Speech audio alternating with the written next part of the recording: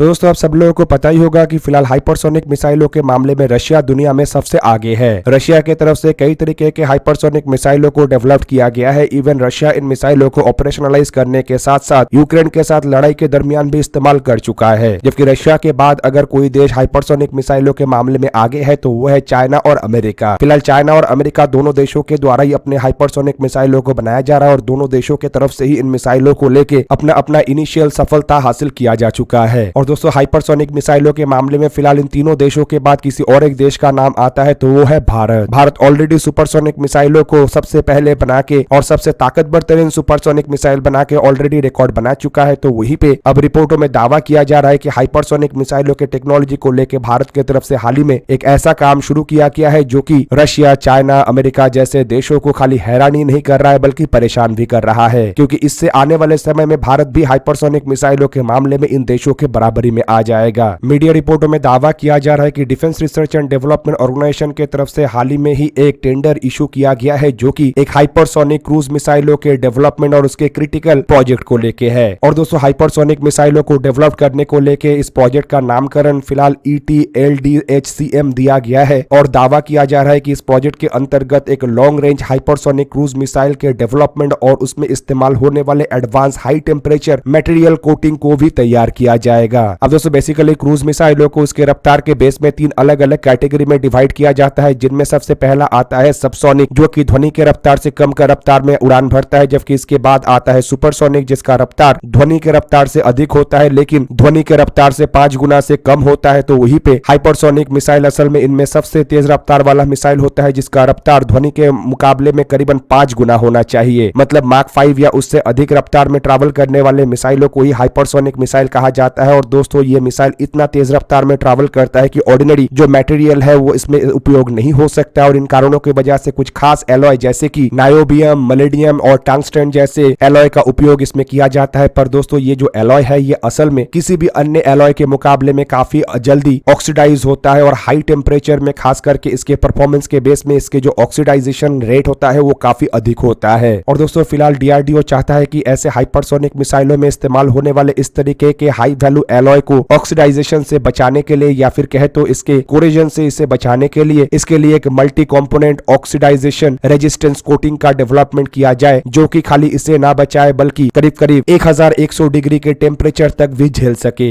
Basically दोस्तों इतने तेज रफ्तार में जब हाइपरसोनिक मिसाइल हाई ऑल्टीट्यूड से ट्रैवल करता है तो एयर फ्रिक्शन के कारण इसके जो बॉडी होता है वो काफी हाई टेम्परेचर में चला जाता है और ऑर्डिनरी जो कोटिंग होता है ये हाई टेम्परेचर को झेल नहीं सकता। इवन DRDO ये भी चाहता है कि एक ऐसे थर्मल बैरियर का भी डेवलपमेंट किया जाए जो कि टेम्परेचर को खाली झेले नहीं बल्कि टेम्परेचर को रेजिस्टेंस करे ताकि मिसाइल के अंदरूनी हिस्से में इस्तेमाल किए जाने वाले जो इक्विपमेंट है वो टेम्परेचर की वजह से खराब ना हो और मिसाइल जब हाई स्पीड में ट्रैवल करता हो तब मिसाइल के फंक्शनलिटी में इस टेम्परेचर के कारण कोई असर ना पड़े। अब दोस्तों DRDO की तरफ से फिलहाल जो टेंडर जारी किया गया उसका एक बहुत बड़ा हिस्सा है नायोबियम, मलेडियम और टंगस्टन जैसे एलॉय के ऊपर ऑक्सीडाइजेशन रेजिस्टेंस कोटिंग का डेवलपमेंट करना और उसके साथ साथ इसे सप्लाई करना। जबकि इसके अलावा DRDO ये भी चाहता है कि एक एडिशनल ऐसा एलॉय को तैयार किया जाए जो कि नायोबियम बेस्ड मटेरियल को स्पेसिफिक हो। फिलहाल दोस्तों DRDO की तरफ से हाइपरसोनिक मिसाइलों को डेवलप करने के लिए अलग अलग टेक्नोलॉजी का डेवलपमेंट किया जा रहा है और आप लोगों की जानकारी के लिए बता दूं कि हाल ही में ही DRDO के द्वारा तैयार किया हुआ हाइपरसोनिक ग्लाइड व्हीकलों का भी सफलतापूर्वक परीक्षण किया गया जो कि दर्शाता है कि DRDO के पास ऑलरेडी इस तरीके के मिसाइलों को डेवलप करने के लिए कई तरीके के टेक्नोलॉजी आ चुका है और DRDO के द्वारा फिलहाल ऐसे मिसाइलों में इस्तेमाल होने वाले रैमजेट इंजनों का भी डेवलपमेंट किया जा रहा है जो कि हवा से ही ऑक्सीजन को खींचते हुए मिसाइलों के जो फ्यूल है उसे बर्न कर सकेगा और इससे एडिशनल फ्यूल के साथ ऑक्सीडाइजर को कैरी करने का जरूरत नहीं होगा और इससे लिक्विड फ्यूल वाले इंजन भी हाइपरसोनिक रफ्तार तक प्रोवाइड कर सकेगा। दूसरी तरफ दोस्तों आप लोगों को यह भी बता दूं कि DRDO और रशिया के NPO के बीच में जो गठबंधन के तहत ब्रह्मोस एरोस्पेस का गठन किया गया था, असल में उस ब्रह्मोस एरोस्पेस के तरफ से भी हाइपरसोनिक मिसाइलों के डेवलपमेंट के ऊपर काम किया जा रहा है और रिपोर्ट के मुताबिक BrahMos aerospace BrahMos 2 hypersonic missile को तैयार करने को लेकर भी रशिया के साथ बातचीत कर रहा है जो शायद मार्क 6 से लेकर मार्क 8 रफ्तार वाले ऐसा मिसाइल हो जो कि ब्रह्मोस के जैसे खास और काफी ताकतवर भी होगा। हालांकि दोस्तों इन मिसाइलों के डेवलपमेंट के ऊपर अब तक काम शुरू नहीं हुआ है लेकिन ब्रह्मोस एरोस्पेस के पूर्व अधिकारियों की तरफ से यह भी बयान दिया गया है कि गवर्नमेंट की तरफ से अनुमति मिलने के तुरंत बाद ही इसके ऊपर काम शुरू कर दिया जाएगा और 4 से 5 साल के अंदर ब्रह्मोस एरोस्पेस इस तरीके के मिसाइलों को तैयार करने का समर्थ रखता है। वहीं पे कुछ रिपोर्टों में यह भी दावा किया जा रहा है कि ब्रह्मोस 2 मिसाइल असल में रशिया के ज़िरकॉन मिसाइलों के टेक्नोलॉजी के बेस पे ही होगा, जिस तरीके से कि ब्रह्मोस मिसाइलों के जो पहला वर्जन था वो रशिया के ओनिक्स मिसाइलों के बेस पे बनाया गया था। पर इसमें भारत की तरफ से भी डेवलप किया हुआ कई तरीके के इक्विपमेंटों को इस्तेमाल किया जाएगा और धीरे धीरे करके आने वाले समय में जिस तरीके से रशिया के इक्विपमेंटों को ब्रह्मोस 1 मिसाइलों से रिप्लेस किया गया, उस तर्ज पे ब्रह्मोस 2 मिसाइलों से भी धीरे धीरे करके आने वाले समय में रशियन इक्विपमेंटों को रिप्लेस भी किया जाएगा। अब दोस्तों एक तरफ जहां पे भारत अपने खुद के हाइपरसोनिक मिसाइलों को लेके तैयारी कर रहा है, तो वहीं पे दूसरी तरफ स्वीडन के कंपनी साब ग्रुप की तरफ से भी अब अपने मिसाइलों को भारत में मैन्युफैक्चर करने को लेके तैयारी किया जा रहा है। अब दोस्तों साब ग्रुप को अगर देखा जाए तो ये केवल मात्र स्वीडन का ही सबसे बड़े डिफेंस मैन्युफैक्चरर नहीं है, बल्कि इसके साथ साथ यूरोप का भी बड़े कंपनियों में साब ग्रुप का नाम गिना जाता है। और मार्च महीने में ही साब ग्रुप की तरफ से अनाउंसमेंट किया गया है कि कंपनी पहली बार की तरह स्वीडन के बाहर भारत में अपने हथियारों के मैन्युफैक्चरिंग फैसिलिटी लगा रहा है। और रिपोर्ट के मुताबिक झाजर डिस्ट्रिक्ट में साब ग्रुप के द्वारा करीबन 3.6 एकड़ में एक बहुत बड़ा प्लांट लगाया जा रहा है, जहां पे की साब ग्रुप की तरफ से निर्माण किया हुआ आइकॉनिक कार्ल गुस्ताव रिकॉइललेस गनों का मैन्युफैक्चरिंग होगा। और दोस्तों साब ग्रुप कार्ल गुस्ताव जैसे हथियारों से आगे बढ़ के भारत में अपने आइकॉनिक मिसाइलों का प्रोडक्शन करना चाहता है। और रिपोर्ट के मुताबिक साब ग्रुप की तरफ से जो RBS-15 एंटीशिप मिसाइलों को निर्माण किया गया है, उसके मैन्युफैक्चरिंग प्लांट भारत में बनाया जा सकता है। और दोस्तों ये जो RBS-15 जैसे मिसाइल है, असल में एक ऐसे एंटीशिप मिसाइल है जो कि 200 किलोग्राम के वॉरहेड को कैरी कर सकता है और करीबन 300 किलोमीटर के एक्सटेंडेड रेंज में टारगेटों को निशाना बना सकता है। और दोस्तों RBS-15 मिसाइलों के जो एयर लॉन्च वेरिएंट है, असल में उन्हीं मिसाइलों को साब ग्रुप भारत में बनाना चाहता है, ताकि इंडिया के जो एयर लॉन्च कैपेबिलिटी है उसे मजबूत किया जा सके। और साथ ही साथ दोस्तों इन मिसाइलों का ऑफर जहां पे साब ग्रुप के द्वारा भारत के एयरक्राफ्टों के लिए रखा जाएगा, तो वहीं पे कुछ मीडिया रिपोर्टों के मुताबिक इन मिसाइलों को साब ग्रुप अपने JS-39 ग्राइपिन ई एयरक्राफ्टों में इस्तेमाल करता है। और दोस्तों ये जो ग्राइपिन ई एयरक्राफ्ट है, इसका ऑफर भी MRFA टेंडर के अंतर्गत ऑलरेडी इंडियन एयरफोर्स के सामने साब ग्रुप की तरफ से रखा जा चुका है। बेसिकली ऐसे मिसाइलों को भारत में प्रोड्यूस करने के पीछे असल मकसद MRFA टेंडर को आसान करना और MRFA फाइटर एयरक्राफ्टों के साथ साथ फाइटर एयरक्राफ्टों में उपयोग किए जाने वाले हथियारों को भी भारत में बनाना है। दोस्तों मीडिया रिपोर्टों में यह भी दावा किया जा रहा है कि साब ग्रुप के जो इंटेंशन है वो अब क्लियर है और साब ग्रुप अपने RBS-15 मिसाइलों को भारत में मैन्युफैक्चर करेगा। हालांकि दूसरी तरफ अगर देखा जाए तो DRDO के तरफ से भी अपने खुद के सबसोनिक एंटीशिप क्रूज मिसाइलों का भी डेवलप किया जा रहा है। और कुछ मीडिया रिपोर्टों में यह भी दावा किया जा रहा है कि भारत के ऐसे मिसाइलों के डेवलपमेंट के बावजूद भी भारत में साब ग्रुप अपने मिसाइलों को तैयार करेगा। और दूसरी तरफ यह भी दावा किया जा रहा है कि अगर साब ग्रुप के RBS-15 जैसे मिसाइल भारत में निर्माण होता है तो इससे शायद आने वाले समय में DRDO को भी अपने खुद के मिसाइलों के डेवलपमेंट में आसानी हो। दोस्तों RBS-15 मिसाइलों को अगर देखा जाए तो 1984 से इन मिसाइलों को तैयार किया गया है और इन मिसाइलों के जो मैन्युफैक्चरर है वो असल में साब बोफोर डायनामिक है। और ये मिसाइल करीबन 810 से लेकर 820 किलोग्राम वजन का मिसाइल है। हालांकि इसके जो एयर लॉन्च वर्जन है वो करीब करीब 650 से 660 किलोग्राम वजन का है और इसका लंबाई करीबन 4.35 मीटर मतलब करीब करीब 14.5 फीट के आसपास है। जबकि मिसाइल के अगर डायमीटर को देखा जाए तो ये केवल मात्र 50 सेंटीमीटर का है और इसका विंग स्पैन करीबन 1.4 मीटर मतलब करीब करीब 4.5 फीट का है। और दोस्तों ये मिसाइल 200 किलोग्राम के high explosive blast and pre fragmentation warhead को कैरी करता है और इसके जो डेटोनेशन मैकेनिज्म है वो आइदर इंपैक्ट में डेटोनेट होता है या फिर प्रॉक्सिमिटी फ्यूज का इस्तेमाल करता है। मिसाइल में टर्बोजेट इंजन का उपयोग किया गया है और इन मिसाइलों के अलग अलग 3 वेरिएंट है, जिनमें मार्क 1 और मार्क 2 वेरिएंट करीबन 70 किलोमीटर दूर तक टारगेट को निशाना बना सकता है, जबकि मार्क 3 वेरिएंट 200 किलोमीटर रेंज का है और मार्क 4 वेरिएंट करीबन 300 किलोमीटर रेंज का है। दोस्तों ये जो मिसाइल है ये समुद्र के सतह को लग के उड़ान भरता है, मतलब इन मिसाइलों को डिटेक्ट कर पाना काफी मुश्किल होता है। और मिसाइलों का जो रफ्तार है वो सबसोनिक रफ्तार है, मतलब करीबन मार्क 0.9 के रफ्तार में ये उड़ान भर सकता है। और गाइडेंस के रूप में इसमें इंटरनल नेविगेशन सिस्टम के साथ साथ GPS terminal active phase homing radar का उपयोग किया गया है। जबकि इसके अलावा अगर देखा जाए तो इन मिसाइलों में कई तरीके के आधुनिक टेक्नोलॉजी को भी साब ग्रुप की तरफ से इस्तेमाल किया गया है। और फिलहाल इन मिसाइलों का उपयोग स्वीडन के अलावा Algeria, Croatia, Finland, Germany, Poland, Thailand जैसे देश कर रहा है, जबकि बुल्गारिया भी इन मिसाइलों को खरीदने को लेकर अपना तैयारी कर रहा है। दोस्तों आप लोगों को क्या लगता है कि भारत के ये जो हाइपरसोनिक मिसाइलों के डेवलपमेंट है ये भारत को टेक्नोलॉजिकली आने वाले समय में कितना सुपीरियर करेगा? कमेंट करके अपनी राय अवश्य दीजिए। दोस्तों आज के इस वीडियो को यहीं पे ही करते समाप्त, किसी और एक दिन किसी और एक वीडियो में मिलेंगे। तब तक के लिए जय हिंद, वंदे मातरम।